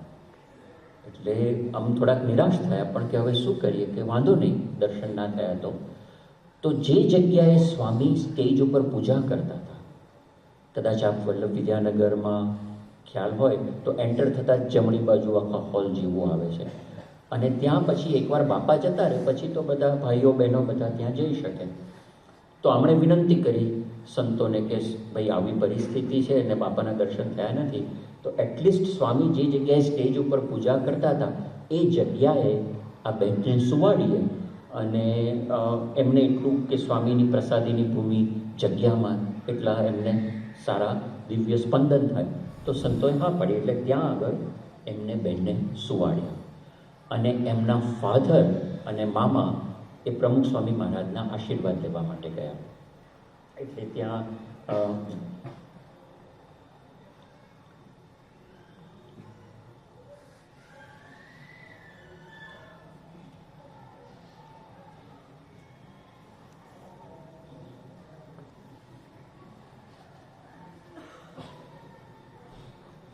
સ્વામી બાપાએ ઉકાળા પાણી કરી લીધા પછી એ બંને બાપા પાસે ગયા અને એમના મામા, આ બહેનના મામાને પિતાએ વાત કરી કે આવી રીતે છે, આપણી દીકરી છે, આ પ્રશ્નો છે અને ડૉક્ટર સુબ્રમણ્યમે કીધું છે કે હવે ધામમાં જશે અને લેટર પાસ પીસફુલી. તો બસ આપ એવા આશીર્વાદ આપો કે એનું શાંતિથી મૃત્યુ થાય, બહુ પેઇન ના થાય અને ધામમાં જાય. એટલે બાપા તો ડૉક્ટર સુબ્રમણ્યમને ઓળખે કે આ પ્રસંગ સ્વામીના બાયપાસ સર્જરી થઈ ગયા પછીનો પ્રસંગ છે, ઓળખે સ્વામીને બધો ખ્યાલ. એટલે બાપાએ શાંતિથી વાત સાંભળી અને પછી પેલું જે પ્રસાદીનું જળ એની જે બોટલ હોય એ બોટલ લઈને બાપાએ આપી, પ્રસાદીના પુષ્પો આપ્યા અને સ્વામી કે તમારા દીકરીને આ પ્રસાદીનું જળ પીવડાવજો, એને કાંઈ નહીં થાય. બાપા એવું બોલ્યા. પણ કે સ્વામી એ શક્ય જ નથી, એટલે અમે એના માટે આવ્યા જ નથી. અમે એવા આશીર્વાદ લેવા નથી આવ્યા કે એ સાજી થઈ જાય, કેમ કે અમને ખબર જ છે એના હૃદયના આટલા પ્રશ્નો મેં જે કીધા એ બધું વર્ણન કર્યું. કોઈ ડૉક્ટરને ખબર નથી પડતી, આખી દુનિયામાં કોઈને ખબર નથી પડતી. આ કેસ દુનિયામાં વર્લ્ડ વાઇડ ફેમસ થઈ ગયો છે કે આવા વ્યક્તિ જીવી કઈ રીતે શકે. કોઈ ડૉક્ટર પાસે સોલ્યુશન નહીં, એ એનું હાર્ટ ફંક્શન, બોડી ચાલે છે કઈ રીતે એ જ ખબર નથી પડતી. તો એટલે હવે તો શક્ય જ નથી. તો સ્વામી બીજી પાણીની બોટલ આપી. સ્વામી કે એમને કાંઈ નહીં થાય, તમે એમને કહેજો નિયમ ધર્મ પાળે, ભગવાનની ભક્તિ કરે, ભગવાનમાં વૃત્તિ રાખે, એમને કાંઈ નહીં થાય. તો પેલા એમના ફાધર, હવે એમના મામા સત્સંગી, એને વિશ્વાસ, પણ એના ફાધર કે હા વાંધો નહીં, હવે પ્રમુખ સ્વામી કીધું તો મોટા સંત છે એમણે કીધું, એમ કરી પાણીને પ્રસાદને પુષ્પો લઈ અને આવ્યા. અને પેલા એના મામા હતા એ જ્યાં પ્રમુખ સ્વામી પૂજા કરી હતી ત્યાં એ બેનને સુવડાવ્યા. તે તો બિચારા હલી શકે એમ નહોતા, પણ એના મામા એકદમ ઉત્સાહી કે બાપાએ કીધું છે ને એટલે આ પાણી એમને પીવડાવ્યું સીધું. તો એના મમ્મી કે ના ના ના પાણી પીવડાવશો નહીં, અને એટલું બધું પેઇન થાય છે, ગળેથી પાણી ઉતરતું જ નથી, એ ઘૂંટડો નથી પી શકતી, અને એ પણ અમે પેલી સ્ટ્રો દ્વારા ધીમે ધીમે ટીપું ટીપું નાખીએ. તો એના મામા કે અરે પણ પ્રમુખ સ્વામી કીધું છે પાણી પીવડાવી દો. એટલે પણ ભાઈ પ્રમુખ સ્વામી અમારે નથી પીવડાવું, એટલે એ બધું રકઝક ચાલી. એના ફાધર મધર ના પાડે કે અમારે નથી પીવડાવવું, અને કે આ પ્લાસ્ટિકની બોટલને હાઇજેનિક ના હોય ને, એનું તો પાણી ડિસ્ટિલ થયેલું હોય ને, સુપર આરો, કેમ કે બેક્ટેરિયા ને એ બધાથી રહી. અને આપણી તો બોટલ કેવી લાગે હવે તો અત્યારે સારી લાગે છે, પણ આજથી 20 વર્ષ પહેલાં તો એ બધી પેલી પ્લાસ્ટિકને પેલાવાળી બોટલ ક્યારે પાણી ભર્યું હશે ને બધું શું હશે ને, પાછું સહેજ પીળા રંગનું હોય, પેલું પ્રસાદીનું જળ હોય ને. એટલે ના ના ના ના નથી પીવડાવું. અને મામા કે હવે જવાની જ છે તો પીવડાવી પડે. એમણે પાણીની પેલું પૂછ ખોલી, બોટલ ખોલી, સીધું પેલા હા પાડે ના પાડે સીધું ધારાબેનના મોઢામાં નાખ્યું પાણી. અને આશ્ચર્ય થયું કે એમને પેલા બેનને તો કાંઈ જ ખબર નથી, એ તો બિચારા અર્ધ બેભાન જેવા હતા. એમને કંઈ પ્રમુખ સ્વામીએ આશીર્વાદ આપ્યા અને પાણીએ કંઈ એમને અડધી ખબર પડ એમ એવા હતા, એમને કંઈ ખબર નથી, પણ પાણી નાખ્યું એમના ગળામાં અને ગળામાં સીધું નીચે ઉતર્યું અને એકદમ પેઇન કશું જ નહીં. અને એમણે આંખ ખોલી કે આ તો બહુ સારું લાગ્યું, મને બીજું આપો. Because she could drink water after many days. કેટલા દિવસો પછી શી કુડ ડ્રિંક વોટર. તો પેલા એના મામા કે જેવું નહોતો કહેતો લોક કર્યું એમ કરીને આખી બોટલ ઠાલવી દીધી. તો એ બેન આખી બોટલ પી ગયા, બીજી બોટલ ઠાલવી એમણે અને પી ગયા. તો એના મમ્મી પપ્પાને પણ આશ્ચર્ય થયું કે આવું તો થયું નથી, આપણે તો ટીપે પીવડાય તોય નતા પીતા. પણ પછી કે સારું ચલો જે થયું સારું થયું એમ કરી અને બધા પછી કે હવે આપણે અમદાવાદ પાછા જઈએ. એટલે વળી પાછો જોડો લઈ ગાડીમાં મૂક્યા એમને પાછળ અને ગાડી લઈને અમદાવાદ પાછા આવ્યા. હવે પાછા આવતા બે ત્રણ કલાક થયા હશે.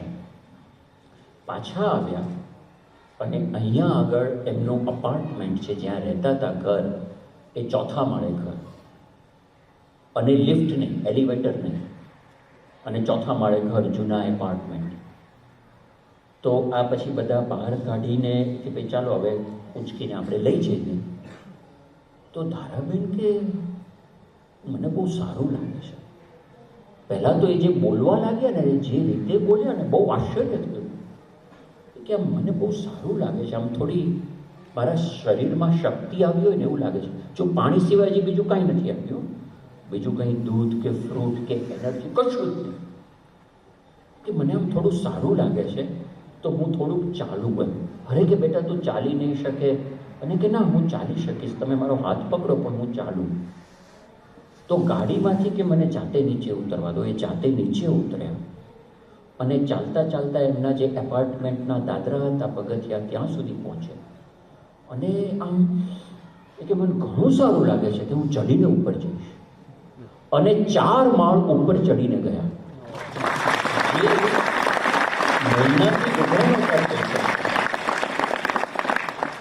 જેને એક દિવસ પહેલા ડૉક્ટર સુબ્રમણ્યમે સ્ટ્રેચરમાં જોયા હતા અને કીધું તમારે કાંઈ નહીં થાય, એ 2 દિવસ પછી 4 માળ પગથિયા ચડીને ઉપર ગયા. અને એ તો એકદમ એના મમ્મી પપ્પા બધા આશ્ચર્યમાં, તો ગજબનું કહેવાય, આવું તો શક્ય જ નથી. અને ધીમે ધીમે પછી તો એમને જમવાનું આપ્યું, જમવા લાગ્યા. ધીમે ધીમે શરીરમાં શક્તિ આવવા લાગી, એનર્જી વધારે આવવા લાગી એમને. અને પછી તો 1-2 મહિનામાં થોડા ઘણા સ્વસ્થ થયા. તો એ કે મારે હવે પાછું સ્કૂલે જવું છે, અભ્યાસ કરવો છે. એમને કેવું હતું, શારદા મંદિર સ્કૂલ છે અહીંયા અમદાવાદમાં, એ શારદા મંદિર સ્કૂલમાં એ ભણતા હતા. પણ એમની આ તબિયતના કારણે જાય, 1-2 ક્લાસમાં બેસે, પાછા ઢળી પડે એટલે પાછા લાવે. અને પછી ટીચરો ઘરે ભણાવવા આવે, એવું બધું હકડ ડખડ ચાલતું હતું. થોડું ભણે ના ભણે, પણ કે ના મારે ભણવું છે. સોરી હું ભૂલી ગયો. પ્રમુખ સ્વામી મહારાજે પેલું કીધું ને કે બેનને કહેજો કે ધર્મ નિયમ પાળે, ભજન ભક્તિ કરે, ભગવાનમાં વૃત્તિ રાખે. એ જે વાત કરી ને એમાં એવું પણ બાપા બોલ્યા હતા, એમને કહેજો કે સારું ભણે.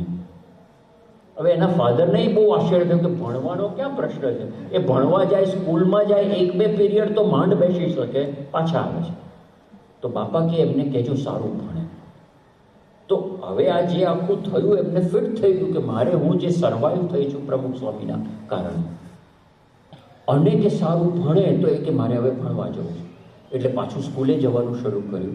હજી તબિયત કંઈ 100% સારી નહોતી, એ બધી તબિયત આમ હકડ ડખડ તો ચાલતું જ હતું, પણ એટલીસ્ટ સ્કૂલે જઈ શકે, થોડા પીરિયડમાં બેસી શકે, થોડું ઘરે ભણે, એમ ભણવાનું એમણે શરૂ કર્યું. 11મું 10મું 11મું ધોરણ ક્લિયર કર્યા. 12મા ધોરણમાં આવ્યા, 12th ગ્રેડમાં 12th ગ્રેડ આખું ક્લિયર કર્યું. બધાને બહુ આશ્ચર્ય થયું, કેમ કે હું પહેલાં KG 1થી ભણતા હતા તો કે મારી સ્કૂલમાં 70-80% એબ્સન્સ, ખાલી 20-30% ટાઈમ જ પ્રેઝન્ટ હોય, બાકી આ બધું હોય એટલે ઘરે આવી જવું પડે. તો એ ત્યાં ગયા, પછી સેન્ટ ઝેવિયર્સ કોલેજમાં એડમિશન લીધું, BSc કર્યું, ફિઝિક્સમાં માસ્ટર્સ કર્યું, અહીંયા નિરમામાં પ્રોફેસર થયા. એટલે આ બધું જ. અને પછી તો એટલો બધો એમનો અને એમના પેરેન્ટ્સનો પ્રમુખ સ્વામી મહારાજમાં વિશ્વાસ વધી ગયો એટલે એમના ફાધર એ પણ બહુ મોટા સાયન્ટિસ્ટ છે, જયશંકરભાઈ ત્રિવેદી કરી. એ વારે વારે બાપા પાસે જાય, બાપાને બધા સમાચાર આપે, સ્વામી ગાઈડલાઈન આપે કે એમને કહેજો આમ કરે, આમ કરે, આમ કરે. અને પછી અહીંયા પ્રોફેસર થયા. પછી એક વખત બાપા સારંગપુર હતા, એમના ફાધર ત્યાં ગયા અને પૂછ્યું કે હવે આગળ સ્વામી શું કરું? સ્વામી કે બેનને કહો અમેરિકા જાય. હલ્યા કે સ્વામી અમેરિકા શક્ય જ નથી, કેમ કે અહીંયા પ્રોફેસર તરીકે હતા, પણ એ કેવું એમની સાથે સતત એક માણસ રાખવો પડે અને સતત કોઈ એમની સંભાળમાં રહે. અને ભણાવતા ભણાવતા ખૂબ સારું ભણાવે, પણ ભણાવતા ભણાવતા એ કદાચ ઢળી પડે તો પાછા તાત્કાલિક એમને સુવડાવી દેવા પડે, બીજું કંઈક આપવું પડે, એ બધું ચાલ્યા કરે. પણ એમની દવા કઈ? કોઈ જ મેડિકલ દવા નહીં, કોઈ આયુર્વેદિક દવા નહીં, કોઈ હોમિયોપેથી દવા નહીં. એમની દવા પ્રમુખ સ્વામી મહારાજનું પ્રસાદીનું પાણી. બીજી કોઈ દવા જ નહીં. એ શું કરે, બાપાની જે પૂજાના પ્રસાદીના જળની બોટલ હોય એ બોટલને એક મોટી બોટલમાં કરે. રોજ સવારે એ 4 કે 5 ચમચી પાણી પીવે, સાંજે 4-5 ચમચી પાણી પીવે. એ પાણી થોડુંક રહે, આટલું બાકી રહે એટલે બીજું પાણી નાખી દે એમાં. એટલે એ રીતે જે પ્રમુખ સ્વામી મહારાજે પાણી આપ્યું હતું, એના સિવાય કોઈ દવા આજ સુધી લીધી નથી, બીજી કોઈ દવા નહીં લેવાની. અને બાપાએ કીધું કે અમેરિકા જાઓ, તો પણ સ્વામી અમેરિકામાં તો કઈ રીતે રહે, ત્યાં ઠંડી સહેજે સહન નથી થતી, શિયાળામાં વિશેષ માંદા પડી જાય છે. એટલે સ્વામી કે ના, ગમે તેમ અમેરિકા મોકલો. અને એ બહેન અમેરિકા ગયા.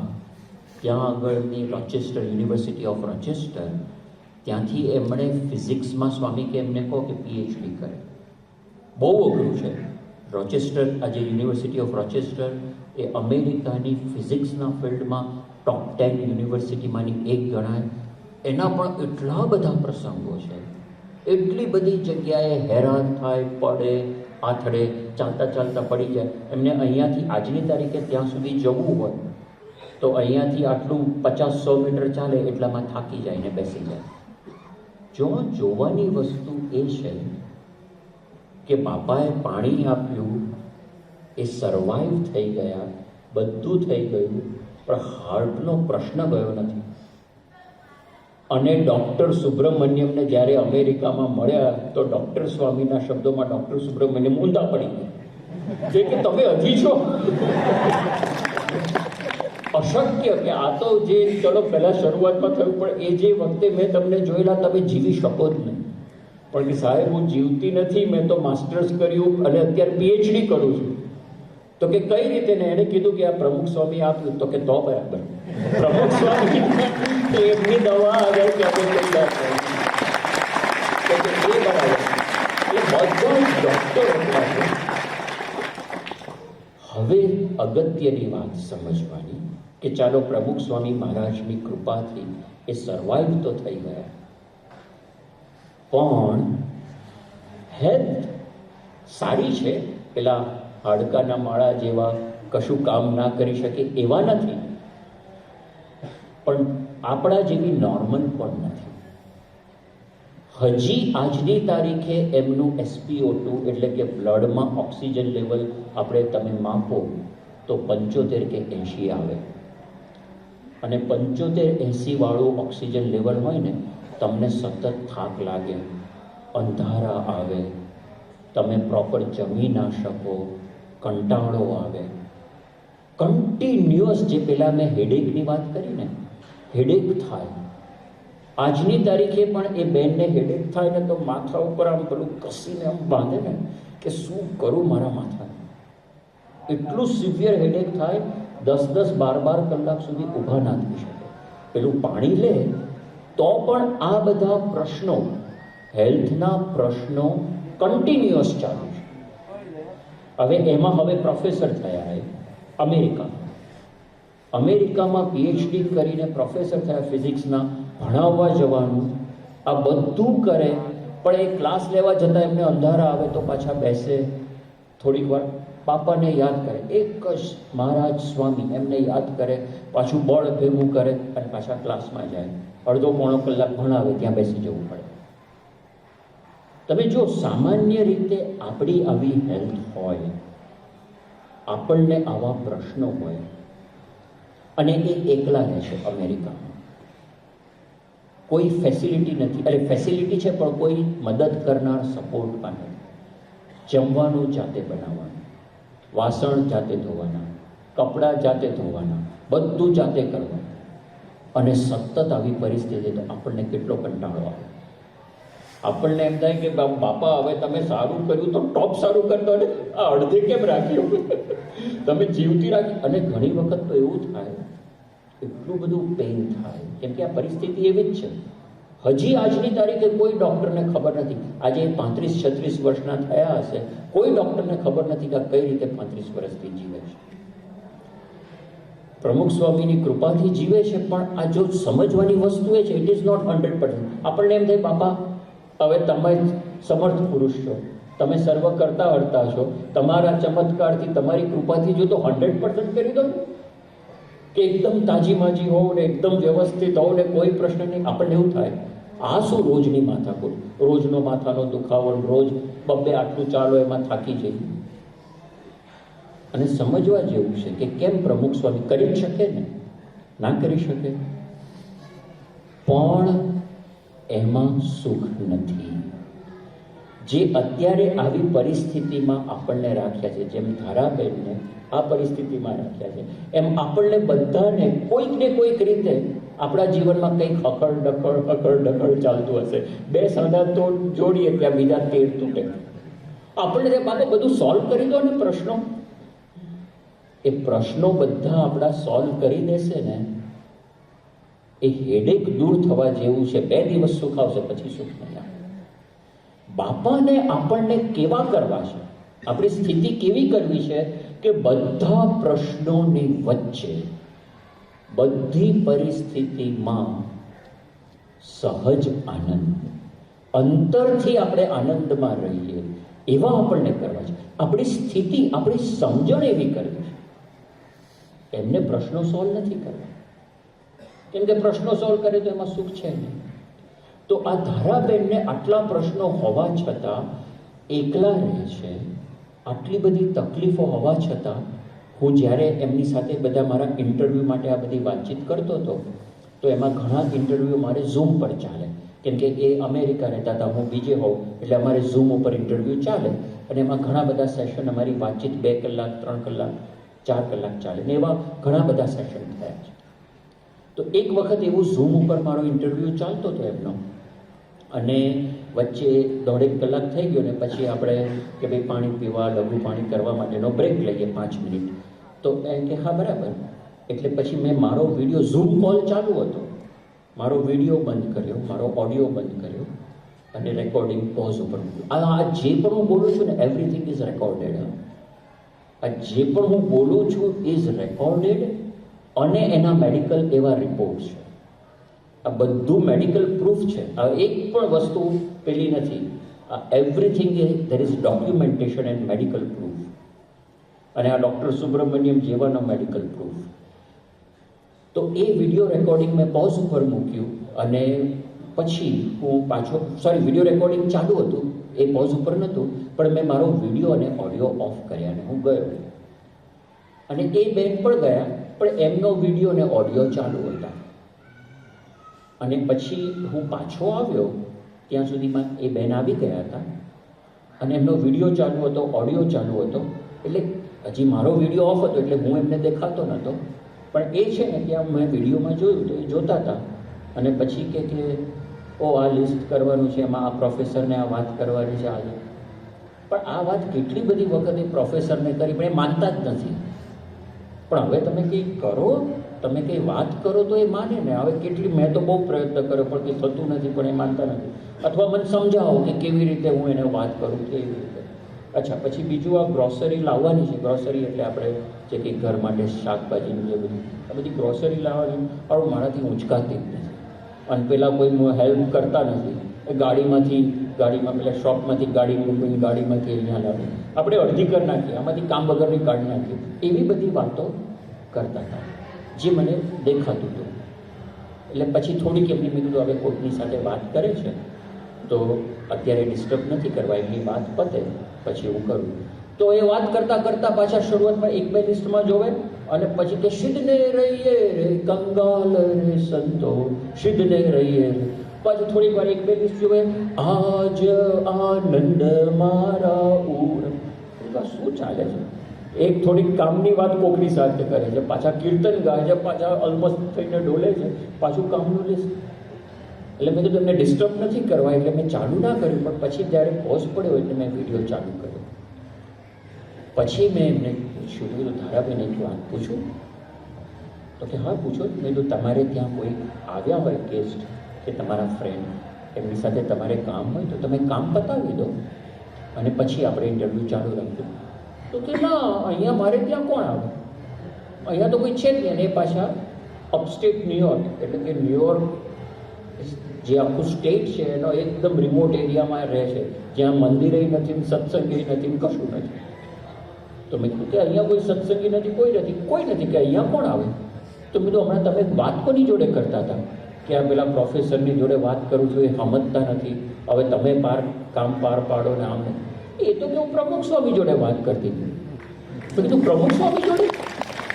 તો એમણે એમનું લેપટોપ આમ કરી અને એમનું ઘર મંદિર બતાવ્યું. અને એ ઘર મંદિરમાં બધી મૂર્તિ, પ્રમુખ સ્વામી મહારાજની મૂર્તિ, મહંત સ્વામી મહારાજની મૂર્તિ, એ બધું હતું. કે એમની જોડે વાત કરતી. બધું પણ તમે તો જાણે કોઈ આવ્યું હોય એવી રીતે વાત કરતા હતા. તો કે આવ્યું હોય નો ક્યાં પ્રશ્ન છે? એ તો 24 કલાક છે ને મારી સાથે જ છે. 24 કલાક મારી સાથે એ બધું. પણ એ બરાબર, પણ આમ તમને એકલી હું માનતી જ નથી કે હું એકલી છું. એક ક્ષણ માટે હું એમ નથી માનતી કે હું એકલી છું. 24 કલાક મારી વિશે, મારી સાથે પ્રમુખ સ્વામી મહારાજ, મહંત સ્વામી મહારાજ અહીંયા વિરાજમાન છે અને કે અહીંયા જ બેઠા હોય છે. એટલે કે મારે તો આ રોજનું થયું કે હું તો એમની જોડે રસોઈ બનાવતા, ચલો આજે શું બનાવવું ખાવાનું? તો બાપા કે આ બનાવ, તો એ બનાવું. પછી સ્વામી કે આ બનાવીને કહું સ્વામી હું થાકી જઈશ ને મને નહીં હોય ને અડધું રહેશે ને કાચું પાકું રહેશે. સ્વામી કે ના હું પૂરું કરી દઈશ, તું ચિંતા ના થાય. એટલે લિટરલી એઝ ઇફ બાપા સાથે છે એવી રીતે એ નોન સ્ટોપ વાત કરે અને કે મને ક્યારેય એકલાપણું લાગતું નથી, ખાલીપો લાગતો નથી. નાઉ કનેક્ટેડ વિથ ધ બિગિનિંગ, પેલા તાલબેન શહર એને નેશનલ ચેમ્પિયન થયા પછી એ જ દિવસે ખાલીપો લાગતો. એ જ દિવસે એને થતું હતું કે સાલું હવે મને સુખ નથી. અને આ બેનને આટલા બધા હેલ્થના પ્રશ્નો, કોઈ સાથે રહેનારું નહીં, કોઈ વાતચીત કરનારું નહીં, કોઈ મદદ કરનારું નહીં, તો પણ એ કે મને સહેજ પણ ખાલીપાનો અનુભવ થતો. અને તમે એમને જ્યારે મળો ને, તમે કેમ છો? અરે મજામાં, ઓલમોસ્ટ આનંદમાં, મારે કોઈ પ્રશ્ન જ નથી અને પ્રશ્નોનો પાર નથી. એટલે એવી રીતે આખું જે એમનું જીવન છે એ આપણે જોઈએ તો ખ્યાલ આવે કે સહજ આનંદ કઈ રીતે આવે. તો આવા સત્પુરુષ જે આપણને મળે છે, પ્રમુખ સ્વામી મહારાજ, મહંત સ્વામી મહારાજ, એ ખરેખર આપણે વિશે આપણી સાથે વિરાજમાન છે. પણ આપણે એમની સાથે એવું જોડાણ કરતા નથી. એવું જોડાણ એમની સાથે આપણે થાય, એમના ભાવને આપણે પામી જઈએ તો આપણને પણ આજે આપણા બધા પ્રશ્નોની વચ્ચે બધી મૂંઝવણો જે છે બધી દૂર થઈ જાય.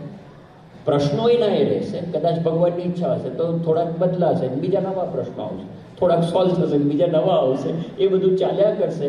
પણ એ બધાની વચ્ચે પણ આપણે અતિશય આનંદમાં રહી શકીએ.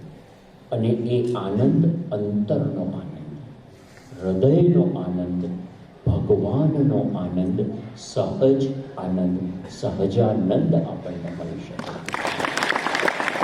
તો આપણે સાચું સુખ, સાચી સમજણ એ અહીંયા છે. અનંત બધા કેટલાય રિસર્ચના અંતે હરીફાઈને બધા અહીંયા આવે છે. પણ આપણે કેમ કે પારઠ ભેંસનું દૂધ તો આપણા ઘરમાં છે. તો એવી રીતે આજે આપણે પ્રાર્થના કરીએ કે અહીં બેઠેલા તમામ યુવક યુવતી હરિભક્તો ભાઈઓ બહેનો આપણા બધાના જીવનમાં આપણે પ્રમુખ સ્વામી મહારાજ મહંત સ્વામી મહારાજ સાથે એવું ખરેખરું સાચું જોડાણ કરીએ. આપણે સાચા હૃદયથી માનીએ કે મારી સાથે છે જ અને અનુભવ આપણને થશે. આ હવામાં વાત નથી, એ અનુભવ આપણને થશે. તો એવું સાચું જોડાણ સત્પુરુષ સાથે કરી એમના રૂપ એટલે કે અક્ષર રૂપ બ્રહ્મરૂપ પ્રમુખ સ્વામી મહંત સ્વામી મહારાજ રૂપ થઈ આપણે પણ ભગવાનના સુખે અખંડ અનંત સુખિયા થઈએ, એ જ પ્રાર્થના.